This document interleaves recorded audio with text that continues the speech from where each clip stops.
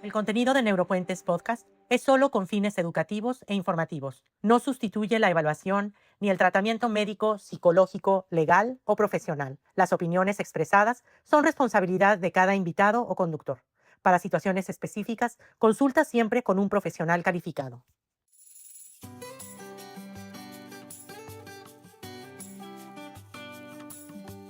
Bienvenidos neuroescuchas. Ahora tenemos la oportunidad de este episodio conocer más a Cecilia. Bienvenida a tu podcast, Cecilia. Gracias, Valeria. Es raro estar ahora en la silla de los invitados. Claro, ¿verdad? Bueno, pero de esta Así forma te vamos a conocer más, ¿verdad, Cecilia? Yo creo que hay mucho que compartir. Pues aquí estamos, con gusto de estar aquí y sobre todo acompañarlos y que este episodio se pensó para compartir un poco quiénes somos, por qué estamos haciendo esto, porque todo esto es la base, ¿verdad? Claro, para hacer el podcast. Claro. Cuando decidimos hacer el podcast, Valeria, sí, era informar a las personas, pero también desde un punto de vista más humano, ¿no? Entonces, por eso decidimos hacer este capítulo. Empecemos desde Cecilia, antes de la neurodivergencia. ¿Cómo fue tu encuentro con la neurodivergencia? Yo tenía una vida con una hija neurotípica. La llevaba yo a la escuela, trabajaba, en fin, etcétera. Y tuve un embarazo un poco complicado con mi hijo. Okay. Y pues ya nació mi hijo y yo creo que es importante resaltar que en el hospital tuvo un paro respiratorio al nacer. Yo no sé si esto sea la causa del diagnóstico y nunca lo voy a saber. No. Entonces, no se puede identificar exactamente pues, qué fue lo que pasó, ¿no? Y esa noche me recuerdo que ya después de tener la cesárea, porque mi hijo nació por cesárea, nos hablaron al cunero y nos dijeron que había tenido un paro respiratorio. Okay. Se quedó unos días más en la incubadora. Salió el día que tenía que salir y nos lo llevamos a casa. Todo iba normal. Unos meses después, o sea, un desarrollo, se puede decir que típico, vamos. Unos meses después, mi papá me hace un comentario y me dice, oye, hay que checar a este niño porque como que se queda viendo al espacio. ¿Cuántos meses tenía ahí tu hijo? Yo creo que debe haber tenido unos 5 o 6 meses. Okay. Entonces, me decía, es que se queda viendo al espacio. Y cabe mencionar que en mi casa no hay nadie, o sea, en la familia no hay nadie que haya sufrido de epilepsia, que ahorita hablo de qué fue lo que pasó, que ese es uno de los diagnósticos de mi hijo. Pero no le dimos la importancia porque pues, no había no sabíamos que, por ejemplo, este tipo de convulsiones son ausencias. Okay. Ahora ya lo sabemos. Yeah. En esa época no sabíamos que era una ausencia y lo dejamos pasar. Me daba cuenta que había alguna cosa, pero todavía no lo identificábamos. Claro. Una noche, cuando tenía unos 10 meses, empiezo a sonar la cuna, veo que la cuna golpea contra la pared. Y digo, pues, ¿qué pasa? Claro. Y me di cuenta que él estaba teniendo una convulsión generalizada. Mis vecinos, le hablé a mis vecinos, quédense con mi hija, nos fuimos al hospital y fue el primer diagnóstico, cuando nos dimos cuenta que Sergio tenía epilepsia. A la mañana siguiente volvió a tener otra convulsión generalizada, en fin. ¿En el hospital? Nos dejaron salir del hospital. A la mañana siguiente volvió a tener otra y ahora sí ya lo internaron en el hospital porque pensaron que pudiera ser una de estas convulsiones febriles. Cuando los niños tienen calentura, muchas veces pueden convulsionar. Entonces, me gustaría aclarar eso para que no se asusten nuestros neuroescuchas a la primera que una persona tenga epilepsia. No quiere decir que tenga epilepsia, pero ya después de tener 2 convulsiones, es epilepsia. Entonces, si no es febril, si no hay alguna infección o enfermedad que provoque esta calentura y esta convulsión. Entonces empezó a tener convulsiones Vimos a un neurólogo, estuvo en el hospital varios días, lo estuvieron checando y ese fue el principio del mundo de la neurodivergencia. Eso fue lo que destapó todo lo que había afuera. Ese fue como que la punta del iceberg, ¿no? De todo lo que venía abajo. Nos quedamos con ese diagnóstico durante muchos años. Estoy hablando como 2 años más. Vimos a diferentes neurólogos, pues para tener diferentes opiniones y pues todos comentaban que era una epilepsia idiopática, que no hay una causa en específico. En ese camino lo tomamos como, a ver, ¿qué es lo que tenemos que hacer? ¿Cómo se come esto? ¿Qué es la epilepsia? ¿Cómo empezamos a investigar? Quiero decirte pues que no había tanta información. Estoy hablando de hace 23 años casi, 22 años.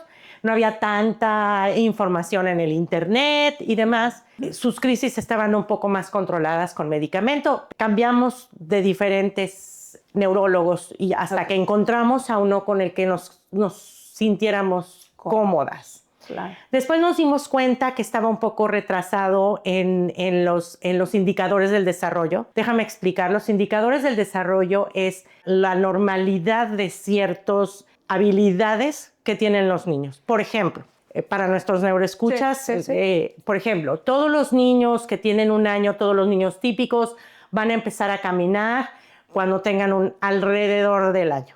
O todos los niños van a empezar a gatear. Promedio en el que ocurren, el que alcanzan estas hitos del desarrollo. Exactamente. Esas habilidades. Exactamente. Y nos dimos cuenta que mi hijo iba atrasado. Mi hijo no gateaba, mi hijo no se sentaba.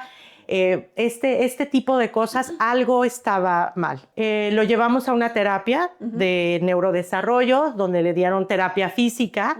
Entonces le dábamos, me acuerdo, mi hija típica, que la van a conocer en uno de nuestros capítulos, le hacíamos ciertos ejercicios para que su cuerpo se soltara porque tenía una piernita muy dura.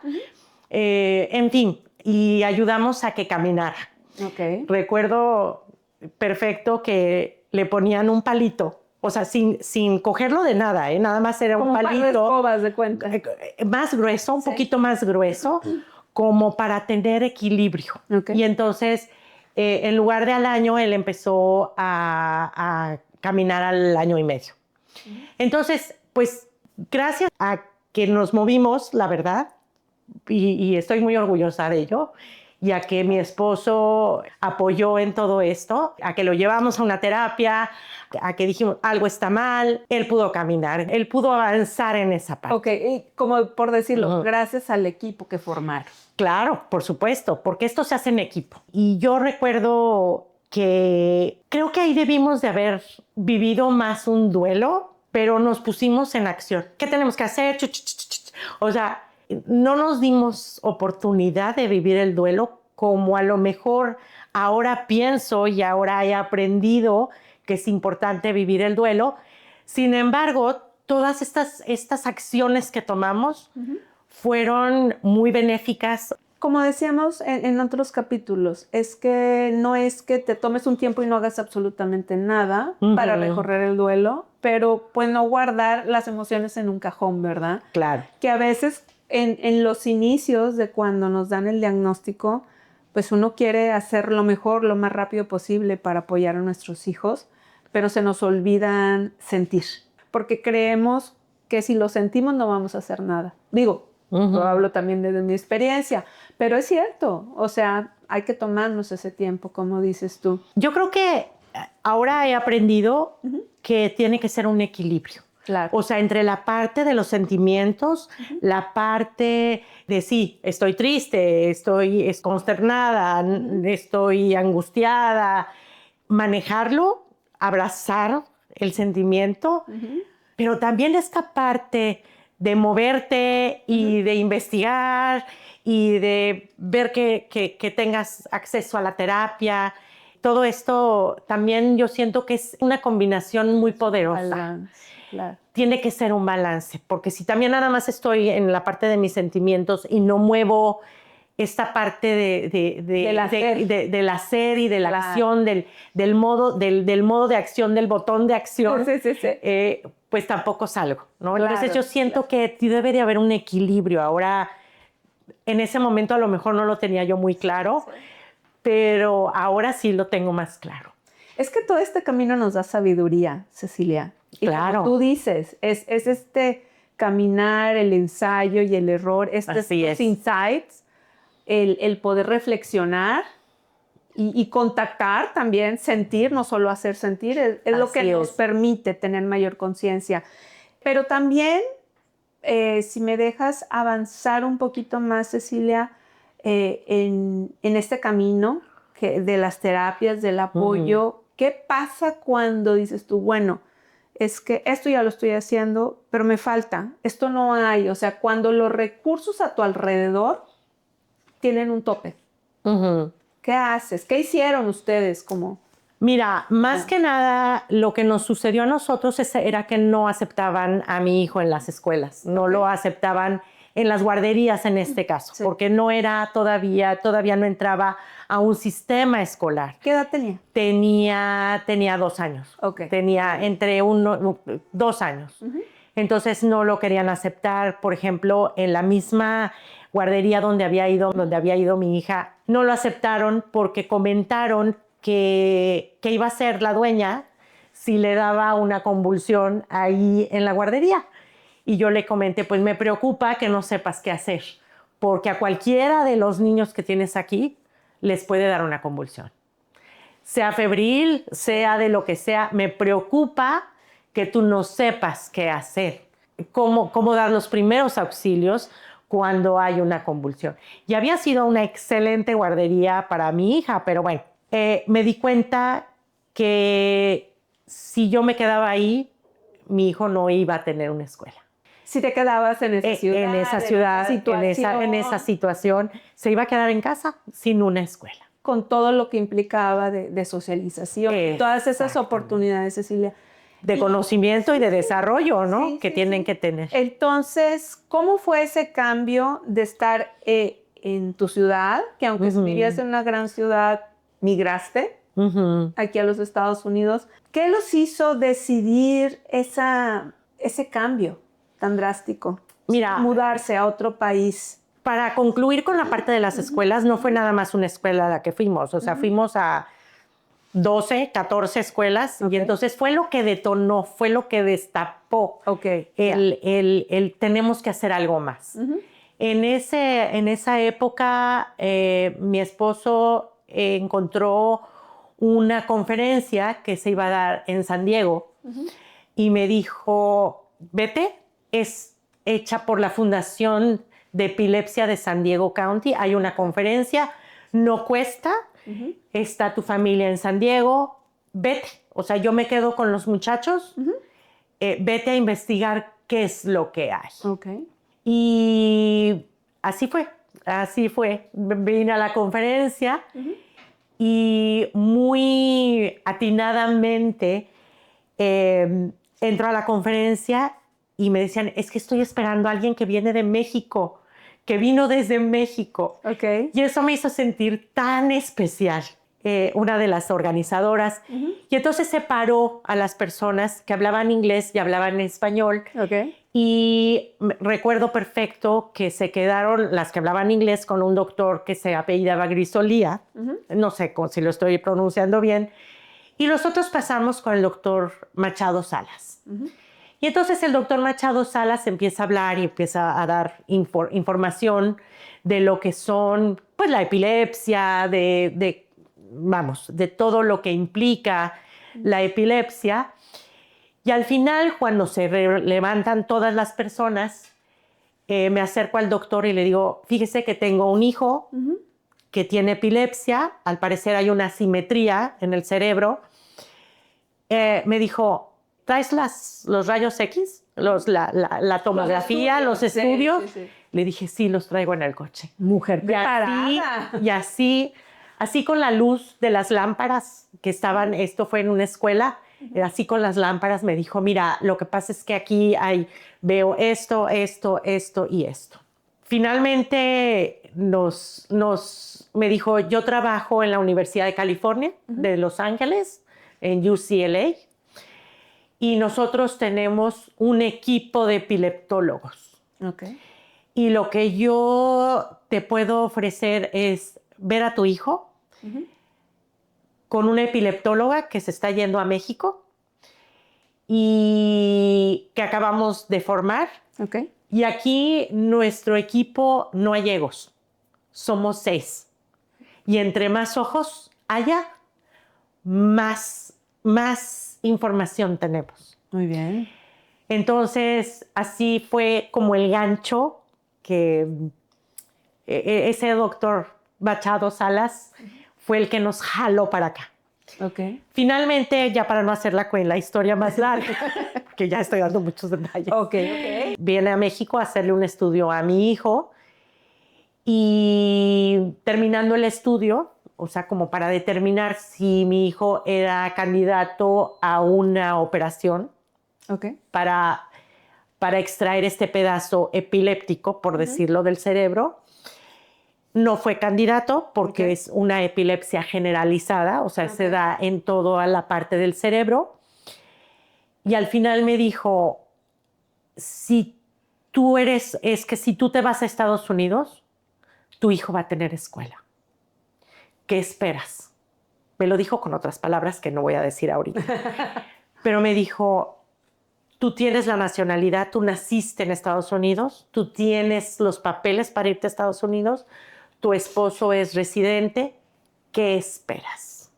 Y unos meses después le dije a mi esposo, a ver, yo quisiera que mi hijo tuviera una escuela, tenemos la oportunidad de irnos a San Diego porque ahí es donde tenemos familia. Me voy al final de año. ¿Vienes o te quedas? Siento que fui un poco radical, pero sí era importante que nos diéramos cuenta todos que se necesitaba este cambio. Me dijo el doctor, es que ahí a fuerzas te lo tienen que recibir en la escuela. Y mi esposo dijo, claro que nos vamos. O sea, hicimos todo lo posible, todos los cambios para poder emigrar.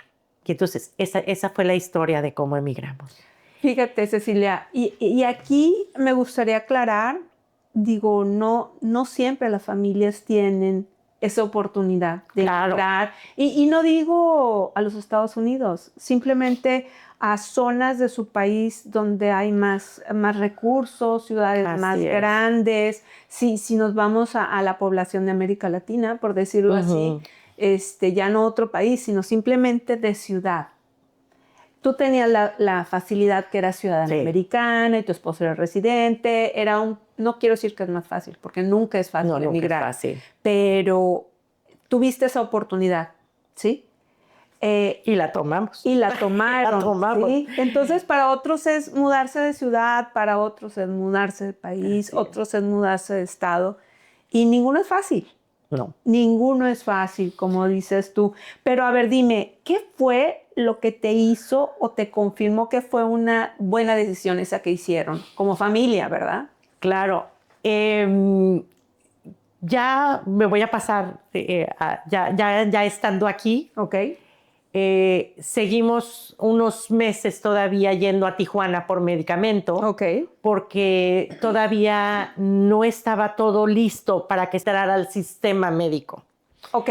O sea, todo para poder apoyarlo. Exactamente. O sea, médico. Papelería, escolar, todo. Exactamente. Okay. Muy bien. Eso tomó unos meses porque aparte era la parte de los papeles de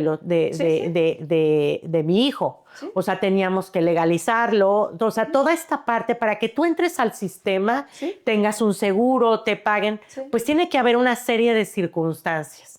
Y nos venimos, mi esposo renunció a su trabajo, nos venimos, ahora sí, como dicen, con una mano adelante y una atrás.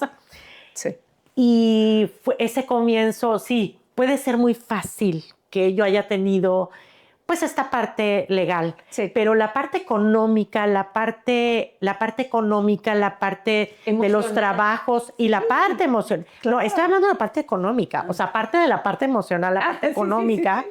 pues no estaba resuelta. No. Entonces, mi esposo había encontrado un trabajo que no era lo que él buscaba. Yo tenía que estar con el niño y tú sabes aquí que necesitas pues un buen trabajo para poder tener acceso también a los servicios médicos. Claro. En fin, son muchas historias y muchas cosas. Este es un periodo de adaptación. Exacto. Que todos vivimos, ¿no? Exactamente. Ciudad, y simplemente casa, Exacto. vecindario, o sea, este periodo nos pasa. Y aquí a lo mejor quisiera yo agradecer a toda la familia, porque yo siento que aunque mi familia no se vino conmigo, aunque mi familia hubo mucho apoyo. Okay. Te vas a reír, pero nosotros normalmente mandamos dinero a México. Aquí de Estados Unidos se manda dinero a las familias a México. Para nosotros era al revés. Nuestras familias nos mandaban dinero a nosotros. Nos apoyaban. Nos apoyaban económicamente, cosa que siempre voy a agradecer infinitamente. Entonces, si no hubiera sido por ese apoyo, a lo mejor hubiéramos tirado la toalla mucho antes. Entonces, siempre la familia estuvo ahí para apoyar. Okay. Entonces, pues es como un agradecimiento público a la familia que nos apoyó. Claro. Y fíjate, esta transición con el apoyo y empezaron a adaptarse, integrarse, sí, pues a tus trabajos, al sistema escolar, sí, que también tiene sus diferencias aquí, social y todo este tipo. ¿Cuándo dirías, sí, estoy tranquila, lo hicimos bien el cambiarnos? ¿Qué situación, momento sentiste que fue el que hizo clic? Fue una Navidad. Okay. Fuimos a Navidad a pasar con la familia. Digo, nuestras familias están en la Ciudad de México. Bueno, estaban en aquella época en la Ciudad de México. Y recuerdo, pues, que fuimos, pasamos Navidad, muy contentos, bla, bla, bla. Pero cuando llegamos de regreso, abrí una carta y, por ejemplo, era la tarjeta del departamento de vehículos, por ejemplo, para el coche. Okay. Esta placa de persona con discapacidad que te ayuda un poquito a tener un mejor lugar para estacionarte. El que cuelga. El que cuelga. El retrovisor azul. Que hay también en México, pero bueno, quería explicar un poquito. Claro.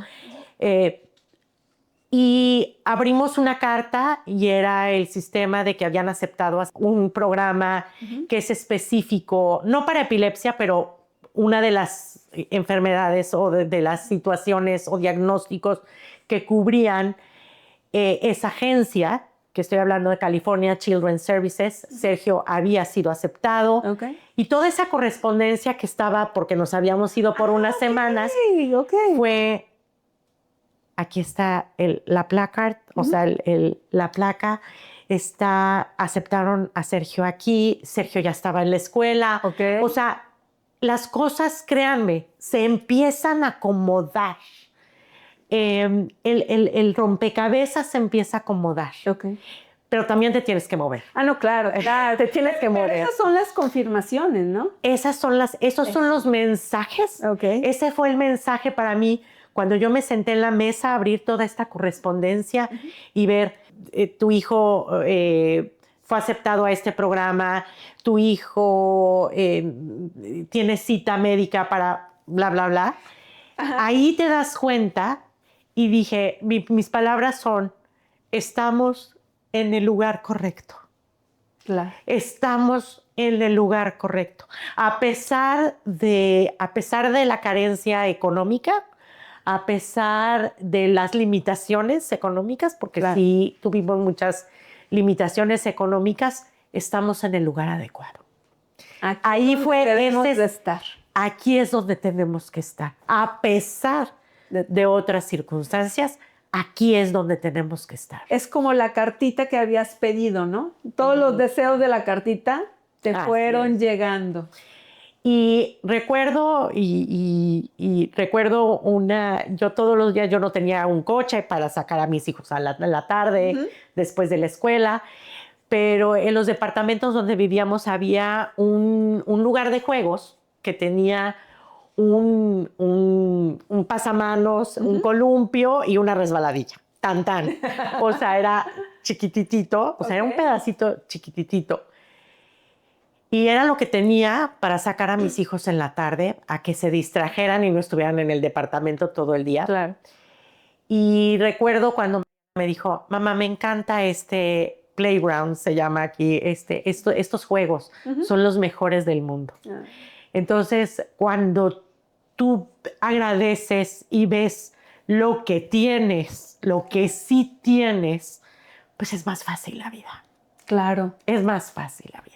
Porque te enfocas en lo Exacto. verdadero, en lo importante, en lo esencial. Así es. Y como dices tú, bueno, ya sintieron que estaban en el lugar correcto. ¿Sí? Así es. Para él. Pero eso es diferente a sentirte en casa. Ujú. ¿Sí? ¿Cuándo te sentiste, por decirlo así, estoy en casa? Cuando nosotros nos mudamos a San Diego, sí había familia de parte de mi mamá, Ok. a la cual le agradezco también infinitamente todo su apoyo. Tanto mis primas, mi primo y la hermana de mi mamá, Okay. se pasó a ser la abuelita de mis hijos. Oh, Entonces, tres abuelitas. Entonces, pasábamos por ella, la llevábamos a misa. Ella estaba con nosotros todo el tiempo. Y así hubo actividades, por ejemplo, para Mariana también estuvo en un coro. Cuando estas piezas se van acomodando y ya tienes estas actividades extras que te dan más a tu vida también, pues es más fácil. Ceci, le estabas diciendo, bueno, estamos en el lugar ideal, o sea, donde debemos de estar, ¿sí? Y comentabas de que, bueno, me siento en casa, ¿sí? Este momento de que, ok, lo que hice valió la pena. Así es. Y platícanos ese momento o anécdotas, ¿cómo lo sentiste tú, esa emoción? Ya platicamos un poquito, como dices tú, de sentirte en casa. Claro. Sin embargo, me faltaba, ya los servicios ya estaban caminando, Sergio ya empezaba una terapia, Okay. en fin, que yo creo que es lo importante. En ese momento también se dio a los 4 años, 3, 4 años, se dio el diagnóstico de autismo y se dio el de discapacidad intelectual. Sin embargo, pues la vida sigue, o sea, el diagnóstico no te detiene. Ok, entonces ese fue el segundo diagnóstico. Segundo y tercero. Segundo y tercero. Segundo claro. y tercero vino a la fue epilepsia a los 10 meses. 10 meses. Y después fue autismo y discapacidad intelectual. ¿A qué edad? Fue como a los 4 años. Como a los 4 Como a los años. 4 años. Okay. Esto ya después de las evaluaciones de médicas y también del distrito escolar. Okay. Entonces, la vida sigue. Lo que yo te quería platicar un poco era esta parte social. Me preguntabas sí. que estando solos, pues, ¿cómo manejas esta parte de relaciones y la parte social? Y en una ocasión a mi hija le hicimos una reunión de cumpleaños, un pastel muy sencillo. Y había una señora que hablaba español y entonces empezamos a platicar. Y después había otra señora en la escuela de Mariana que también hablaba español. Y entonces un día pues las junté todas en un mensaje y les dije que nos viéramos en un restaurante donde cada quien pedía lo suyo y te ibas a sentar. Y hicimos un grupo de amistades. No todas siguieron, no todas les gustó. Se salieron las que quisieron, se quedaron las que quisieron. Entonces esa también fue una parte importante que ayuda a que te sientas en casa. Es como una comunidad que empiezas a hacer. Exactamente. Y como dices tú, empiezas a tomar de aquí, de allá, quién conoces, quién hablas español, o a lo mejor también que quién tiene la mamá del compañerito de tu hijo, Así de es. tu hija, pero vas creando esa pequeña Esa comunidad, ¿verdad? Así es. Que es tan necesaria. Que es tan necesaria. Claro. Y finalmente también hubo dos cosas que siento que fueron muy importantes. Yo no me iba a sentar a esperar a que vinieran oye, yo sé que tienes un hijo con autismo, ¿en qué te puedo ayudar? O sea, no me senté a esperar. Claro. Y en alguna ocasión, todas las cosas, cuando tú estás en el lugar adecuado, y volvemos a esta frase del lugar adecuado, las cosas se van acomodando.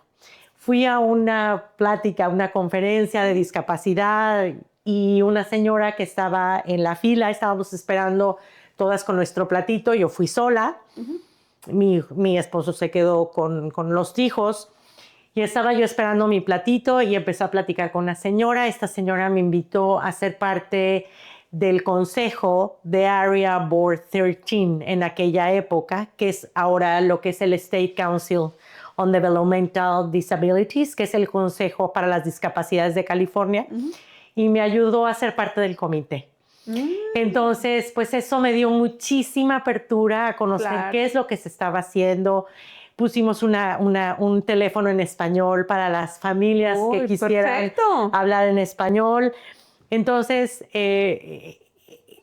vuelvo a lo mismo. Es una casualidad o una causalidad que estuviera esta persona ahí que me dijera, te voy a invitar a ser parte del consejo. Así después me fui moviendo en algunos otros medios y también tuvimos la oportunidad de, como no teníamos estas amistades, hicimos un grupo de apoyo. Entonces, así como conocí a estas mamás, hicimos un grupo de apoyo, porque yo no tenía un grupo de apoyo, pues lo voy a crear. Claro. Entonces, esas son las cosas, este modo de acción te ayuda muchísimo. Este modo de estar abierto a a recibir toda esta información, ahora sé que te ayuda muchísimo. Claro. En aquella ocasión pues, se dieron de forma, fueron casualidades, ¿no? Pero mira, estás abierto a recibir. Tú lo ves como casualidades porque esa es tu forma de pensar y así, pero yo creo que lo que hiciste fue muy importante porque tú creaste tus propias oportunidades. Hay gente que estamos en el lugar correcto, pero no volteamos a ver esas oportunidades. Nomás vamos con la mente abierta a ver las oportunidades y tú las creaste, porque a donde ibas buscando, bueno, este recurso aquí y allá, y la gente lo percibe, ¿sí? Podemos decirlo suerte, pero yo lo tengo cada vez más confirmado que oí una frase, creo que fue Seneca el que lo dijo, no estoy seguro, este filósofo que dice, suerte es cuando la preparación y la oportunidad convergen, se encuentran. Claro, se encuentran. ¿Sí? Entonces, tú estabas preparada, abierta, buscando oportunidades, con la mente bien fija en más apoyos, más comunidad, generar tus recursos, y lo hiciste. Entonces, esa suerte te la creaste. Es en mi percepción, ¿verdad? Ay, pues gracias, Valeria, te agradezco. Pero lo que yo quiero compartir con nuestros escuchas es, si tú estás abierto a buscar estos servicios, esta comunidad, o sea, tampoco esperemos a que la comunidad venga a nosotros. Hay mucha comunidad, hay muchos recursos. Ahora entiendo que hay muchas personas que nos pueden apoyar, pero sobre todo, pues si no los hay que hacerlos. Si no hay camino, lo creamos. Así es. Pero eso, o sea, el estar abierto, el crearlo, y a veces que no nos dé vergüenza dar el primer paso. Claro. Porque no somos los únicos en esta situación. Aunque a veces nos sintamos así, no somos los únicos.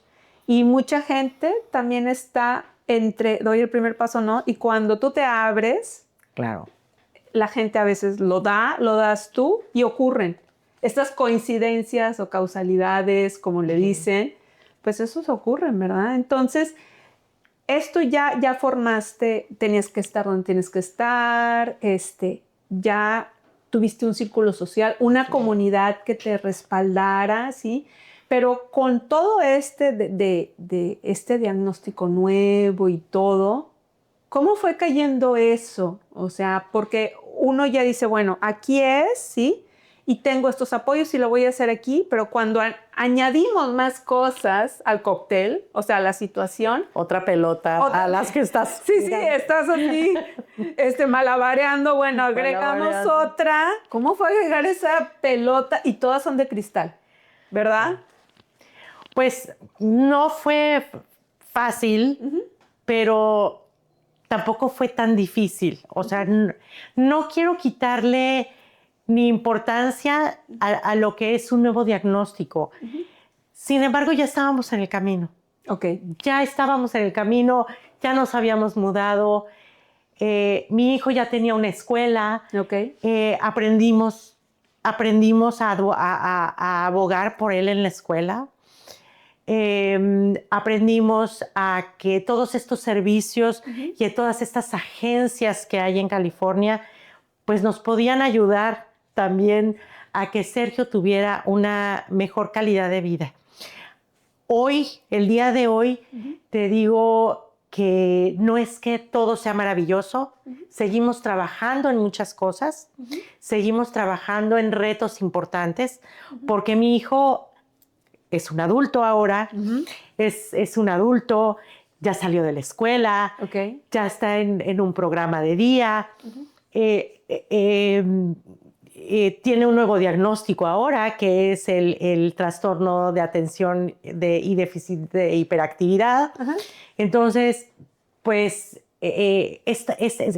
tienes que ajustarte a estos cambios, ¿no? Entonces, hay veces que es más fácil, a veces que es más difícil, pero yo creo que la adaptabilidad y la resiliencia, que yo hablo mucho de la resiliencia, claro. Es lo que nos hace avanzar. Claro. No todo es perfecto, no todo es maravilloso al día de hoy, pero seguimos, esto nunca se termina. No llegas y dices, ahora sí, todo está maravilloso. ¿Por qué? Porque mi hijo es un adulto, el sistema cambia, el tipo de epilepsia cambia, el tipo de medicamentos puede que no lo proceses o no entre en el sistema igual o no te controle igual. Entonces hemos tenido muchos retos con la epilepsia otra vez. Entonces es adaptarte a lo que viene, adaptarte y no dejar de moverte. Ok, y como dices tú, Cecilia, esto que han desarrollado, tanto tú como tu esposo y tu otra hija, y en general también tu familia, ¿no? Así o sea, es. Tu familia alrededor, tus familiares, es esta flexibilidad, como dices tú. Ahora, y que tenemos que aprender, porque acuérdate que culturalmente no somos muy flexibles. Sí. O sea, culturalmente, entonces hay que aprender a ser flexibles. Hay que aprender y desaprender cosas, Cecilia, como claro. Tú. Y cada cosa es un punto de que se va transformando, va cambiando. Hay periodos de estabilidad, hay periodos donde tienes que trabajar a marchas forzadas, ¿sí? Donde piden más de ti. Así es. Y este cambio, Cecilia, yo creo que toda tu experiencia a lo largo te ha hecho madurar, transformarte, ¿sí? Transformar tu percepción. ¿Qué mensaje le darías a la Cecilia desde 2003 que acaba de recibir el primer diagnóstico, el de epilepsia? ¿Qué le dirías a aquella Cecilia con lo que ya aprendiste ahorita, con tus habilidades de ahorita? Primero, no todo va a ser perfecto, porque creo que traía yo un esquema de, a ver, no, tiene la cama perfecto, a mi hijo o a cualquier persona, y si no lo vas a hacer bien, yo lo hago. Este tipo de cultura, tipo de creencias. Y ahora, por ejemplo, algo que he aprendido es, ¿qué es más importante? ¿Que mi hijo haga la cama o que la haga perfecta? Claro. Que la terapia, que tenga terapia o que sea perfecta. Okay. Entonces hay cosas que esta flexibilidad pues se aprenden y se desaprenden, como tú has dicho. Entonces, lo que quiero decir es, mi mensaje para ustedes es, sobre todo, es en este rompecabezas, todas las piezas están aquí y no vamos a hacer el rompecabezas a la primera. El rompecabezas se va formando poco a poco. Y ponemos una pieza y a lo mejor no cabe y la movemos y la ponemos acá y la ponemos acá porque no va aquí y entonces hay que voltearla.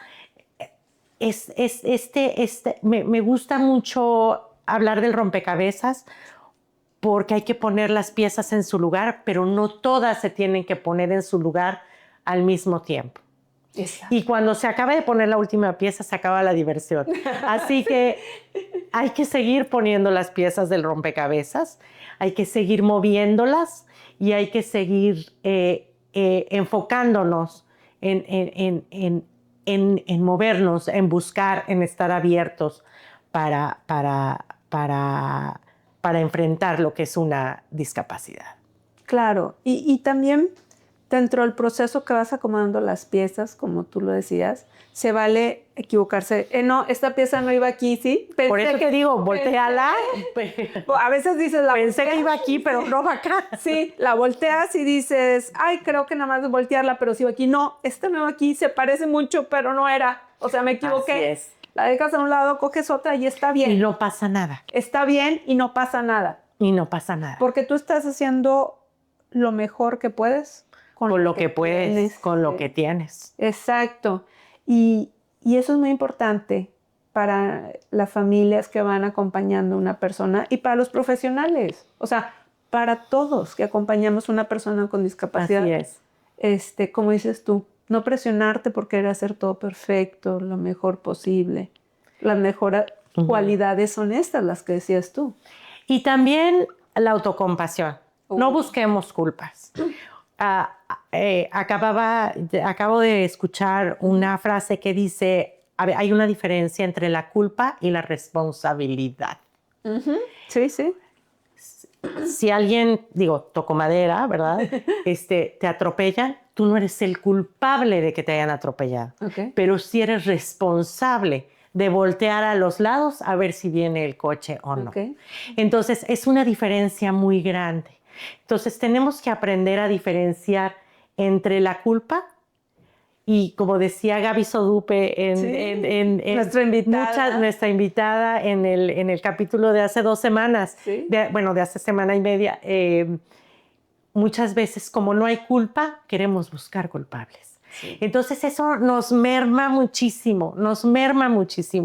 Entonces hay que aprender esta diferencia entre la culpa y la responsabilidad y asumir nuestra responsabilidad y asumir cuando no hay culpa, no hay culpa.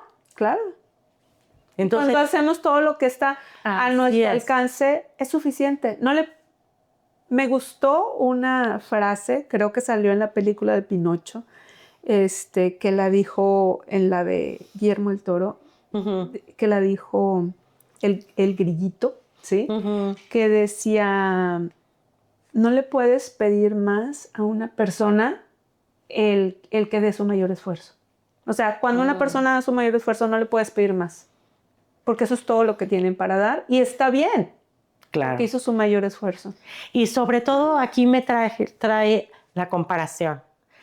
Tu circunstancia de vida no es igual a la mía, ni la de la persona, ni de nuestros neuroescuchas. Claro. Entonces, no nos comparemos. Recuerdo una señora que me decía, oye, ¿por qué tu hijo tiene una iPad para comunicarse y el mío no? Porque tus hijos hablan y el mío no. O sea, nada más por eso. Entonces, no nos comparemos. No estemos buscando el parecerme a, el tener lo que tiene. No. Cada circunstancia, cada situación es diferente. Claro. Y yo quiero cerrar y quiero hacer un agradecimiento público también a mi familia, extendida y a mi familia, a mi núcleo familiar, porque Tu familia nuclear tu es mi esposo, y tu mi hija, mi mismo hijo también. Claro. Nosotros hemos hecho un equipo, la verdad, no ha sido fácil, pero hemos tenido que equilibrar también, pues que no nada más somos mamá o papá o hermana, sino que somos hijos, somos primos, somos profesionistas, somos proveedores, o sea, tenemos muchos papeles. Entonces, equilibrar todo esto es difícil. Y a la familia extendida, un agradecimiento por todo el apoyo. Nosotros tuvimos una situación difícil hace unos meses y mi familia estuvo aquí para apoyar. Les dije, necesito que se vengan por esta situación y aquí estuvieron. Entonces, no pidan. Y si no pedimos, estamos solos. A Entonces, veces nos cuesta pedir. Ya. Entonces, hay que pedir, necesito ayuda. A lo mejor no me puedes ayudar en ciertas cosas, pero sí me puedes ayudar con otras cosas y hacer la carga más ligera. Claro. Entonces, hay que hablar, hay que pedir, hay que agradecer también, por supuesto, Claro. y hay que estar también para los demás. Sin embargo, hay que expresar nuestras necesidades para que nos puedan ayudar. Muchas gracias, Cecilia. Te quiero dar, pues, simplemente las gracias por compartir tu historia.